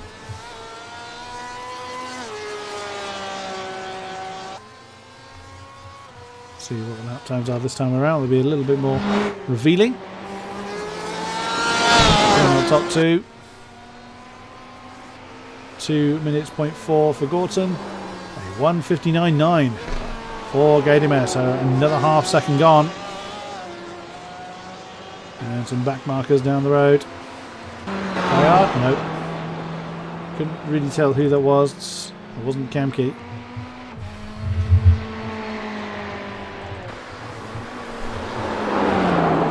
How much is Gorton just kind of biding his time? Maybe he is having to kind of recoup the fuel he didn't put in. That's an assumption that he's... that's Alex Bennett in. I thought he'd already served his second stop. Either way, Alex Bennett, the treble 1 BMW was in. The car looks okay, so I'm assuming that is a planned stop. Sluman and Moraine are fairly close together. Now, as you can see, they're not part of the VEC squad. Well, one of them is, one of them isn't. So Sluman continues to extend his lead up front. Rano Luke and Matthias still fairly close together, despite the damage. Oh, you see the tail getting very loose on Rano Luke's car. So, despite the damage to Rano Luke's car, he's still keeping up with Victor Matthias. And that's a long stop for Bennett as well. Oh dear. Oh, Gatorman has made a mistake somewhere. Oh dear. Oh, he's had a big mistake. Let's see if we can see what has happened to Gatorman.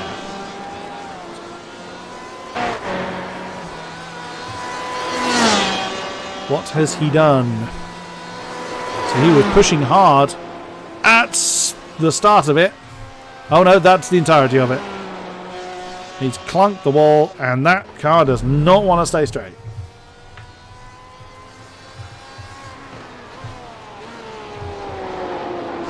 Oh dear, oh dear.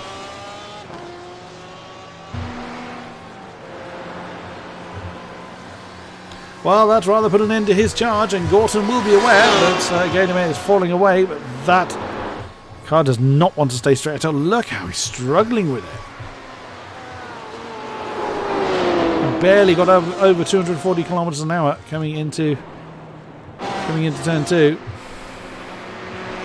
In comparison, let's see what Penske hits. Penske looks like he has a fairly undamaged car. Okay, not a huge amount of straight line speed difference, only 245 for the Ford. Still with Michael Eden's Candy, but they are going to close down that 17-second gap to Gainemay pretty quickly. Oh, Riethmüller and Kodeman. A battle for 12th overall, and that is 4th, I believe, in the Pro-Ams. It is. That's a battle for 4th. That'll be a nice haul of points for whoever wins that one. Right, I'm keeping an eye on how Gainemay handles this one, because he's still got another 9.5 minutes, just under, to wrestle that car home. No point bringing it into the pits now.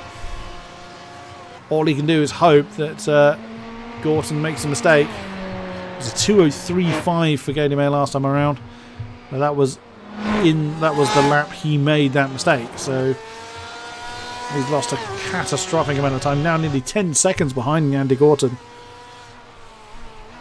Let's see what the lap times are this time. It's a 2 minutes 0.6 for Gorton.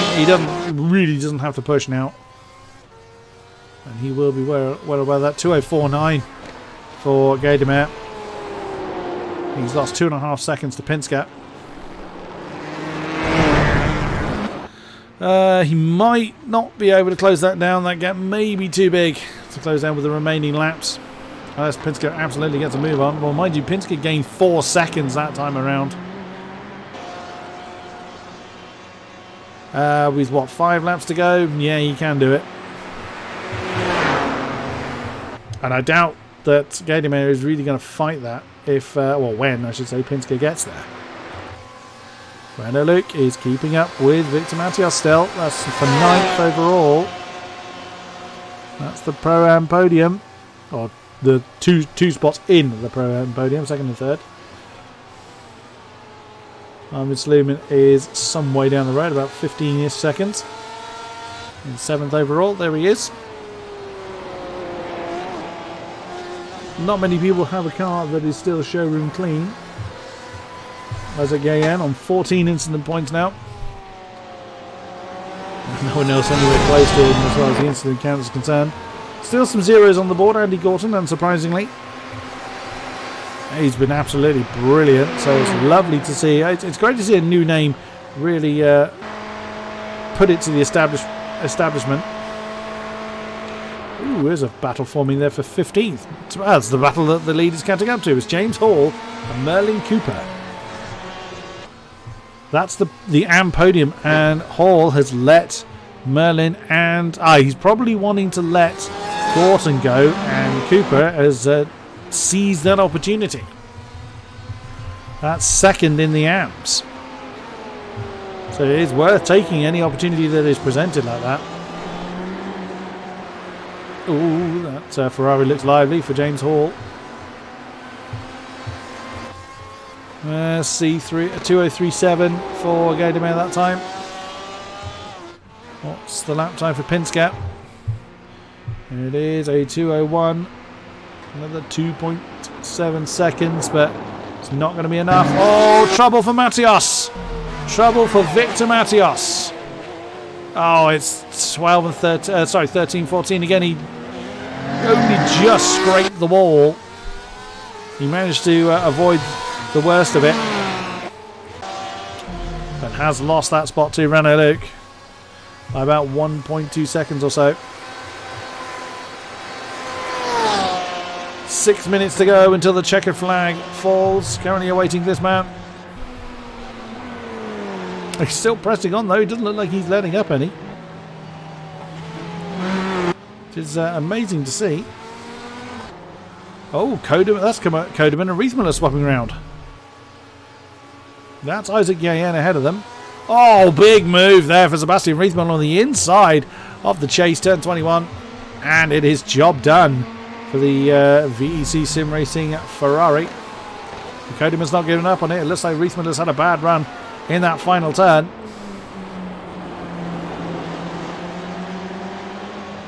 A definite battle there worth watching. Oh, I think Edens has made a mistake.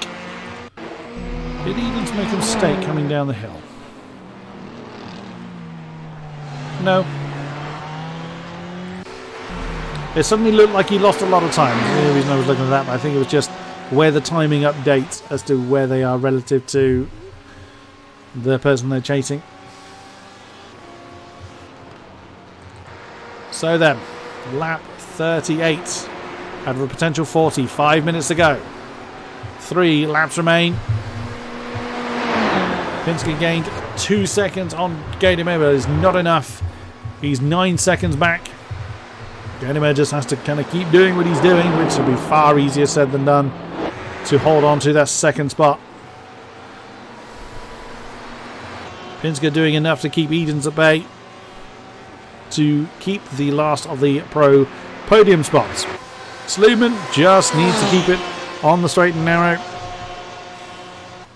He is not under any pressure whatsoever, as Renault Luke is his next opposition as far as programs are concerned, some 14 seconds down the road. Matthias has lost time against Renault Luke as well. There was the battle we were looking at earlier between Riesmiller and Kodeman. What's going on with Van Putten? Not a lot. He's got Craig Dancy with him. And Craig Dancy is, shall we say, some way behind. He's 15 laps down. All credit to him for continuing.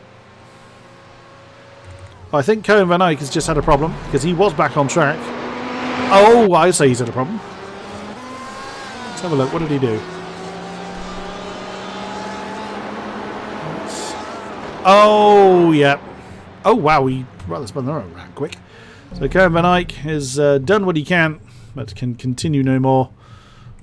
And that is another retirement from this race, unfortunately. I'm not sure it's classed as a retirement because of the distance they completed. There's an interesting group that's forming. Isaac GAN is in the pros, but he's got Riesmer and Kodeman closing in on him. And right ahead is Matthias. There's a great squabble, and that is for the Pro-Am podium spots. Well, they're certainly in that mixture. But so is the AM leader. So that's going to be interesting in these dying stages of the race.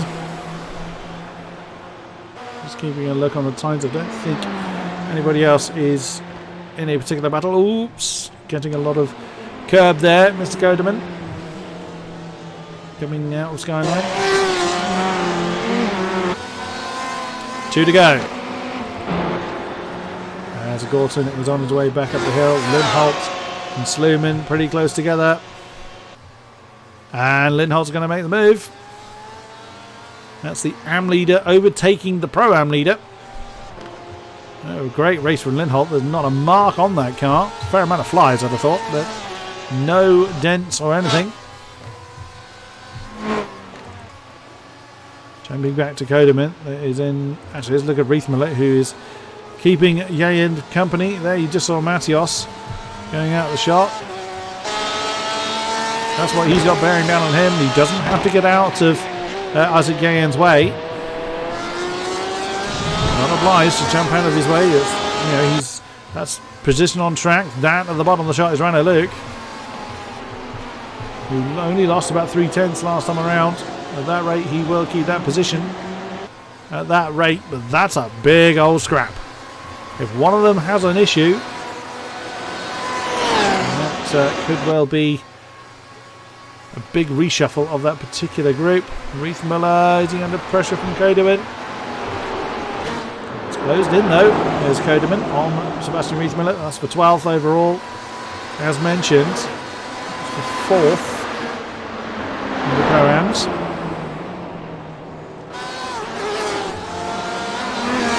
Matios is the one that's holding on to that last podium spot.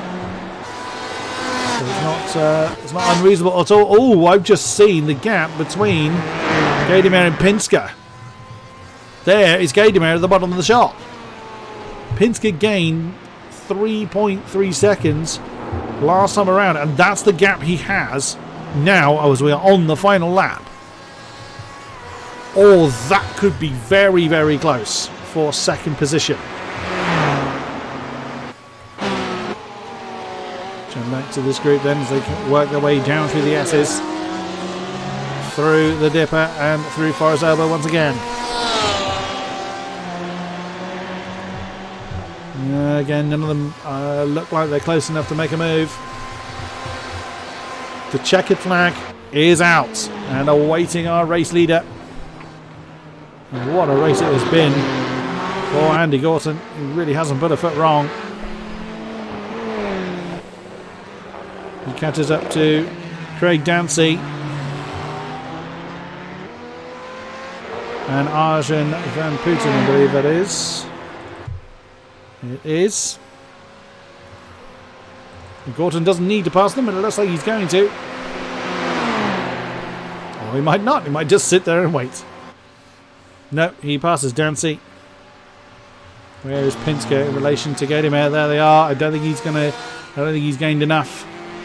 It's going to take a mistake from Gadamer for Pinsker to be able to overhaul him. Just one more lap was what Pinsker needed. It's not what he's going to get. Right in the final turn. Your winner here in Bathurst is the 185 Ferrari, and he looks pretty happy about that. It's Andy Gorton. Very, very nicely done. That is the wounded second position of Dominic Gadamer. He's just about going to fend off James Pinsker. That's your pro podium. Gadamer 2 and Pinsker. He's going to come home 1.3 seconds. Just one more lap is all he needed to have challenged for that. The AM leader is going to beat home the Pro-Am leader at this rate. He's still fighting further up the hill. Riethmüller's overtaken Yayen. So I think Yayen's made a mistake somewhere. And Sebastian Riethmüller has overtaken him on track. That's fairly relevant. Edens has crossed the line. McNinch. Morane's going to cross the line. There's our AM leader. Again, another very flawless drive from Daniel Lindholt. As we only had... how many cars we have surviving that? 22, I think. Winner of the AMs is Daniel Lindholt. Winner of the Pro-Ams is Martin Sleeman. Nicely done. The wounded Ranaloo has come home second. I imagine he'll be pretty happy with that. There is Victor Matios coming home in third, just fending off Riethmüller. The next AM down the road was a lap down. So the only AM car on the lead lap was indeed Daniel Lindholt. Is anybody else still running? Arjen van Putten is still running. He's going to be coming across the line in a minute. He'll take 14th overall. And Team Tepper Ram Racing at BMW. So to summarise then, before any kind of steward's intervention kicks in, Gorton takes the win in the privateer car. Then it was Gadamer, Pinsker, Edens, McNinch, Moraine, Lindholt taking the AM win, Sluman taking the Pro-Am win, Luke, Matios, Riethmüller, Yayen. That's the wrong button. Try that again. Kodeman, Van Putten, Cooper, Hall, Kamke, Gaillard, Godefroy, Bennett didn't see the flag, well, pretty much no one from this point onwards did. Yardley, Van Eyck, Dancy, well, a couple of them did. Dancy did. Halliwell, Cavallo, Martins, Edouard, Dove, McCracken, Nesterowicz, Christensen, Emre, Hitchcock, and Holstein. Oh my goodness me. Unfortunately, I am not able to do post-race interviews this evening for other reasons. I have things to do. But thank you very much to those that have been with us throughout the stream. A great pleasure to be commentating for you. Thank you very much to our sponsors. Without you guys, AOR would not continue to grow. The league will continue next week. Unfortunately, there will not be a stream for it as I am unable to do so. I've had to change my schedule, unfortunately. So the stream for GTE will be back in 2 weeks' time for round 10, but the league itself will continue. We hope to see you there. Until then, thank you very much and good night.